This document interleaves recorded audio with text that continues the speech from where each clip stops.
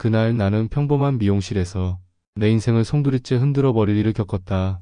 퇴직 후 지루한 일상, 그리고 마주친 단 한 사람, 세련된 미용실 사장. 그녀의 미소는 단순한 친절이 아니었다. 그리고 늦은 밤 샴푸실에서 나는 결국 돌이킬 수 없는 선택을 하고 말았다. 만약 지금 영상을 끝까지 보지 않는다면 당신은 아마 밤새 궁금해서 잠들지 못할 것이다. 왜냐면 이야기는 가정이 있는 남자가 절대 빠져서는 안 될 위험한 유혹과 충격적인 결말을 담고 있기 때문이다. 나는 요즘 아침에 눈을 뜨면 먼저 창밖을 바라본다. 창가에 드리운 햇살은 늘 같지만 내 하루는 예전과 달리 공허하게 흘러간다. 퇴직한 지 반년, 시계는 여전히 같은 속도로 흘러가는데 내 시간은 늘어져 버린 고무줄처럼 힘없이 늘어진다. 신문을 펼쳐도 글자가 눈에 들어오지 않고 텔레비전을 켜도 웃음소리는 공허하게 울릴 뿐이다. 세상은 바쁘게 돌아가는데 나만 멈춰 서 있는 것 같았다. 아내와 나는 크게 다투지는 않았다. 하지만 대화는 줄었고 서로의 눈빛은 점점 마주치지 않았다. 아내는 손주를 돌보느라 집을 자주 비웠고 나는 빈 거실에서 혼자 앉아있는 시간이 늘었다. 내가 집에 있어도 집이 더 조용해지는구나. 나는 가끔 이런 생각을 하며 씁쓸히 웃었다. 그런 날이 이어지던 어느 날, 거울에 비친 내 모습을 보고 깜짝 놀랐다. 머리는 덥수룩하게 자라 지저분했고 턱수염은 성가시게 자라 있었다. 이제 머리도 손봐야겠군.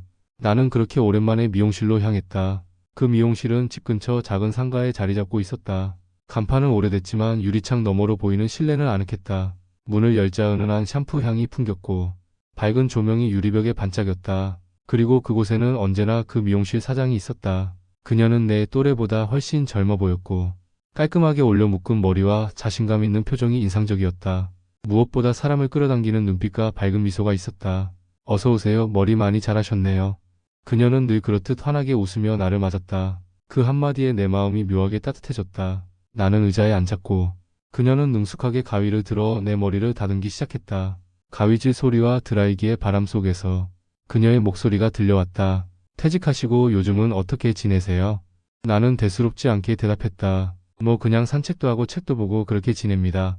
그녀는 고개를 끄덕이며 말했다. 사람이 갑자기 시간이 많아지면 더 힘들어져요. 계획이 있어야 하루가 덜 허전하죠. 나는 순간 놀랐다. 마치 내 속마음을 읽은 듯한 말이었기 때문이다. 그녀는 대수롭지 않게 미소 지었지만 나는 그 말이 오래도록 귀에 남았다. 머리를 다듬는 그녀의 손길은 부드러웠다. 가끔 머리칼을 털어내며 스치는 손끝에 이상하게도 가슴이 두근거렸다. 나는 애써 시선을 창밖으로 돌렸다. 그날 이후 나는 미용실을 더 자주 찾게 되었다. 머리가 그렇게 빨리 자라는 것도 아닌데 괜히 들러서 차를 얻어 마시거나 잠깐 앉아 이야기 나누는 것만으로도 위로가 되었다. 어느 날은 다른 손님이 머리를 자르는 모습을 본 적이 있다.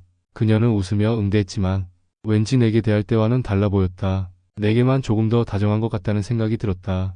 착각일 수도 있지만 그 착각은 오히려 내 마음을 더 흔들어 놓았다. 집에 돌아오는 길에 나는 스스로를 다그쳤다. 이런 마음은 안 돼. 나는 남편이고 아버지잖아. 하지만 또 다른 목소리가 속삭였다. 한 번쯤은 괜찮지 않을까? 나도 이제는 누군가에게 기대고 싶다. 그녀와 나누었던 대화는 자꾸 떠올랐다. 사람은 누구나 곁에 누군가 있어야 해요. 아무리 강한 사람도 결국은 외로움에 무너지거든요. 그날 밤 나는 뒤척이며 잠들지 못했다. 그녀의 말이 계속 귀에 맴돌았다. 나는 외로운 걸까? 아니면 그녀가 내 마음을 흔든 걸까? 답을 찾지 못한 채 창밖만 바라보다가 문득 내일 당장 미용실에 가고 싶다는 생각이 들었다. 마치 학생 시절 짝사랑하는 이성을 기다리던 것처럼 다음 날이 손꼽아 기다려졌다. 그렇게 내 일상은 조금씩 달라지고 있었다. 나는 그 사실을 모른 척하면서도 속으로는 이미 알고 있었다. 내가 매일 기다리는 것은 머리를 자르는 시간이 아니라 그녀와 마주 앉아 나누는 짧은 대화라는 것을. 그 후로 나는 미용실을 더 자주 찾게 되었다. 머리가 자랄 틈도 없는데 굳이 이유를 만들어 그곳에 갔다. 머리끝이 조금 지저분하네요. 다듬으셔야겠어요. 그녀가 웃으며 말하면 나는 괜히 고개를 끄덕이며 의자에 앉혔다. 머리가 아니라 마음이 다듬어지는 기분이었다. 그녀는 내 일상을 자주 물었다. 오늘은 어디 다녀오셨어요? 퇴직하시고 나니 생활 패턴이 많이 달라지셨죠? 나는 자연스럽게 대답했다. 때론 가벼운 농담도 주고받았다. 다른 사람 앞에서는 좀처럼 하지 않던 이야기들이 그녀 앞에서는 술술 흘러나왔다. 그녀는 눈을 마주치며 진심으로 들어주었고 고개를 끄덕이며 공감해 주었다. 저도 혼자 지내다 보면 외로울 때가 많아요. 그녀가 무심코 내뱉은 그 말은 내 마음 깊은 곳을 건드렸다. 나는 그 순간 그녀와 나 사이에 어떤 공통분모가 있다고 느꼈다. 나만 특별히 외로운 게 아니라는 사실이 이상하게도 위로가 되었다. 집에 돌아온 그날 밤, 나는 거실에 앉아 한참 동안 생각에 잠겼다. 아내와는 멀어지고 아이들은 제 가정을 꾸려 바쁘게 살아간다. 나는 늘 혼자였다. 그런데 그녀는 내 외로움을 알아채고 있었다. 며칠 후 다시 미용실에 갔을 때 그녀는 나를 보자 환하게 웃으며 말했다. 아, 선생님 오셨네요. 오늘따라 더 젊어 보이세요. 나는 순간 얼굴이 붉어졌다. 단순한 인사일 뿐인데 왜 그 말이 이렇게 가슴을 뛰게 하는지 알 수 없었다. 머리를 자르는 동안 그녀의 손길이 가끔 내 귀를 스치고 뒷목에 닿을 때마다 심장이 덜컥 내려앉았다. 나는 애써 시선을 창밖으로 돌렸지만 그녀의 향기가 코끝에 머물렀다.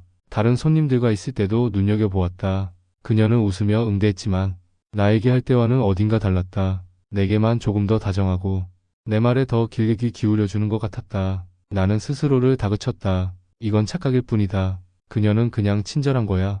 하지만 또 다른 내면의 목소리는 달랐다. 아니야, 너에게만 특별한 거야. 너도 느끼잖아. 밤이 되면 생각은 더 깊어졌다. 침대에 누우면 그녀의 웃음소리와 눈빛이 떠올라 쉽게 잠들 수 없었다. 어느 날은 미용실에서 나오는 길에 갑자기 빗방울이 쏟아졌다. 우산이 없던 나는 당황했는데 그녀가 내 뒤를 따라 나오며 말했다. 잠시만 기다리세요. 여기 비닐 우산 하나 있어요. 그녀는 직접 우산을 내 손에 쥐어주었다. 그 순간 사소한 호의였지만 나에겐 오래 잊지 못할 기억이 되었다. 비에 젖은 골목길을 걸으면서 나는 괜히 미소가 지어졌다. 누군가 나를 챙겨준다는 사실이 그렇게나 벅찼다. 그날 이후 나는 그녀를 더 의식하게 됐다. 머리를 감싸며 눈을 감을 때 혹시 지금 그녀도 나와 같은 생각을 하고 있는 건 아닐까? 이런 엉뚱한 상상까지 하게 됐다. 하지만 동시에 두려움도 몰려왔다. 내가 무슨 짓을 하는 거지? 나는 남편이고 아버지고 가정을 지켜야 할 사람인데 이런 자책감이 마음을 짓눌렀다. 그러면서도 발걸음은 자꾸 미용실을 향했다. 나는 이끌리듯 그곳으로 향했고 그녀는 언제나 환한 미소로 나를 맞았다. 그리고 그 미소는 나를 더 깊은 혼란 속으로 빠뜨렸다. 그날은 유난히 조용한 저녁이었다. 나는 일부러 늦은 시간으로 예약을 잡았다. 손님이 거의 없는 시간대 매장 안의 조명이 한 톤 낮아지고 유리창 밖으로는 골목의 네온사인만 반짝였다. 문을 열자 그녀가 먼저 인사를 건넸다. 오셨어요. 선생님, 오늘은 제가 처음부터 끝까지 직접 해드릴게요. 그 말 한마디에 심장이 이유 없이 두근거렸다. 나는 고개를 끄덕이며 의자에 앉혔다. 가위가 공기를 가르는 소리, 머리칼이 바닥에 떨어지는 소리, 드라이 바람 사이로 섞여드는 샴푸 향, 사소한 모든 소리가 크게 들렸다. 내 호흡도 평소보다 빠른 듯했다. 그녀는 내 얼굴을 살피며 미소 지었다. 표정이 오늘은 다르시네요. 무슨 좋은 일 있으셨어요? 나는 얼버무렸다. 그냥 좀 바람 쐬고 싶어서요. 그녀는 고개를 끄덕이며 잠시 말을 멈췄다. 그 침묵마저 편안하게 느껴졌다. 컷이 끝나자 그녀가 말했다. 오늘은 제가 직접 샴푸해드릴게요. 늦은 시간이라 직원들이 없거든요. 나는 잠시 망설였지만 곧 자리에서 일어났다. 샴푸실로 들어가는 좁은 복도, 벽등이 낮게 켜져 있었고 발걸음 소리가 은근히 울렸다. 샴푸실은 따뜻했다. 은은한 조명 아래 스테인리스 볼이 반짝였고 수건이 가지런히 놓여 있었다. 편하게 기대세요. 목 불편하시면 말씀하시고요. 나는 의자에 몸을 기댄 채 고개를 젖혔다. 천장의 조명이 동그랗게 번졌다. 미온수의 천물줄기가 이마를 적실 때 긴장이 스르르 풀렸다. 그녀의 손가락이 두피를 천천히 마사지했다. 손끝에 압력이 적당했고 샴푸 향이 잔잔하게 퍼졌다. 요즘 잠은 좀 잘 오세요? 그녀의 낮은 목소리가 물소리를 헤치고 닿았다. 나는 눈을 감은 채 대답했다. 잘 오는 날도 있고 생각이 길어지는 날도 있고요. 그런 밤이 제일 길죠. 그녀가 조심스레 웃었다. 손길이 조금 더 느려졌다. 귀 뒤를 스치고 관자놀이를 둥글게 후었다. 나는 나도 모르게 호흡을 고르려 했다. 심장이 박자감을 잃은 듯 뛰었다. 선생님은 말씀이 적으신데도 가끔 표정이 모든 걸 말해요. 그녀가 속삭였다. 나는 눈을 뜨지 못했다. 무슨 말을 해야 할지 알 수 없었다. 물을 헹구는 동안 그녀의 팔이 살짝 내 어깨에 닿았다. 순간 전기가 흐르는 듯했다. 그녀가 수건으로 조심스레 물기를 닦아낼 때 나는 고개를 살짝 돌려 그녀의 얼굴을 보았다. 가까운 거리, 숨결이 닿을 만큼 그녀의 눈동자는 흔들리지 않았다. 오히려 내가 시선을 피했다. 추우세요? 아니요, 괜찮습니다. 그럼 조금만 더. 그녀가 저음으로 말했다. 컨디셔너의 부드러운 감촉이 머리카락을 타고 흘렀다. 손끝이 훨씬 천천히 움직였다. 시간이 늘어지는 느낌. 물소리가 멀어지고 두 사람의 호흡만 남았다. 선생님. 그녀가 조심스럽게 불렀다. 나는 고개를 아주 조금 끄덕였다. 사실 오늘 늦게라도 오시지 않을까? 괜히 기대했어요. 말끝이 아주 작게 떨렸다. 나는 눈을 떴다. 조명이 그녀의 옆얼굴을 부드럽게 감싸고 있었다. 왜요?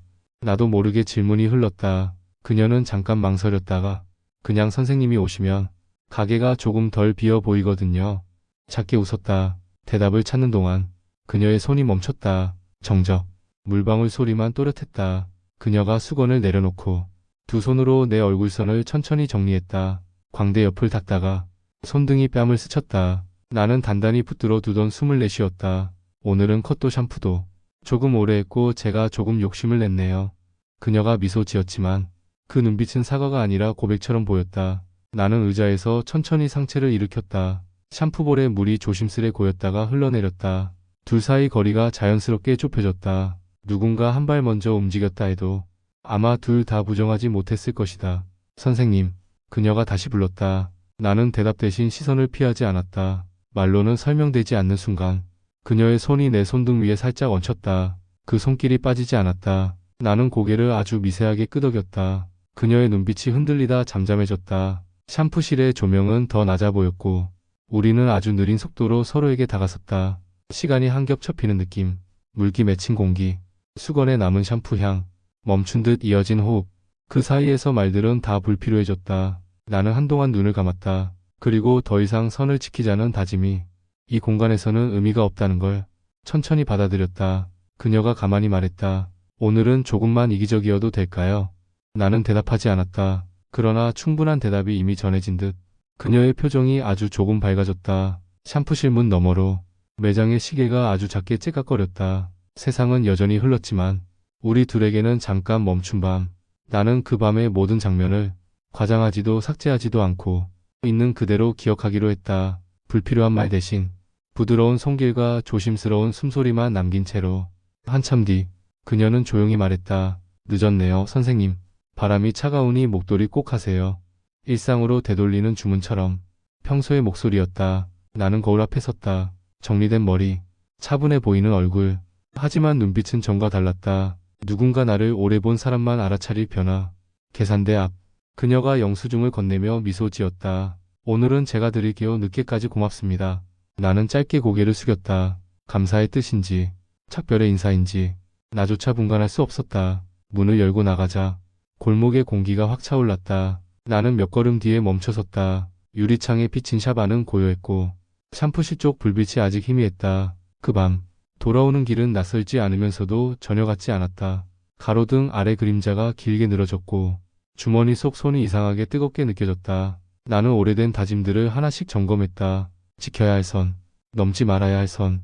그 사이에서 오늘의 나는 어떤 선택을 했는지 이미 알고 있었다. 집 앞에 도착했을 때 나는 현관문을 열기 전 한 번 숨을 길게 들이마셨다. 샴푸 향이 아직 코끝에 남아 있었다. 그리고 아주 조용히 중얼거렸다. 이 밤은 오래 기억되겠지.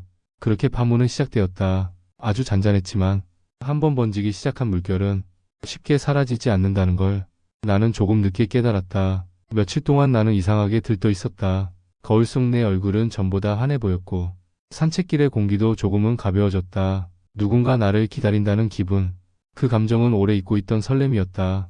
나는 다시 그녀를 보기 위해 미용실을 찾았다. 그러나 유리창 너머 풍경이 낯설게 보였다. 안은 어둡고 의자는 가지런히 비어 있었다. 문에는 작은 종이가 붙어 있었다. 임시 휴업 안내. 짧은 글씨와 함께 언제까지라는 기한조차 적혀 있지 않았다. 나는 혹시나 해서 옆 가게 주인에게 물었다. 여기 미용실 사장님 혹시 어디 가셨나요? 옆 가게 주인은 무심히 대답했다. 아, 그분요? 월세가 너무 올라서 다른 동네로 옮기셨어요. 순간 귀가 멍해졌다. 마치 짧은 전기가 머리를 스치는 듯했다. 겨우 잡은 숨결이 한순간에 빠져나갔다. 나는 종이 한 장 붙은 유리문 앞에서 오랫동안 움직이지 못했다. 그날 밤 집으로 돌아오는 길은 길게만 느껴졌다. 골목의 가로등 불빛은 어제와 같았지만 내 그림자는 한없이 무거워 보였다. 주머니 속 손을 아무리 주무르고 쥐어도 따뜻하지 않았다. 나는 거실불도 켜지 않은 채 소파에 앉아 있었다. 샴푸실에서 들리던 물소리, 그녀의 낮은 목소리, 손끝의 감촉이 선명하게 떠올랐다. 그러다 이내 문득 사라지는 듯 아득해졌다. 며칠 뒤 다시 미용실 앞을 찾았을 때도 상황은 달라지지 않았다. 텅 빈 의자와 먼지가 앉은 거울만이 남아 있었다. 나는 허탈하게 웃었다. 이제 다시는 못 보겠구나.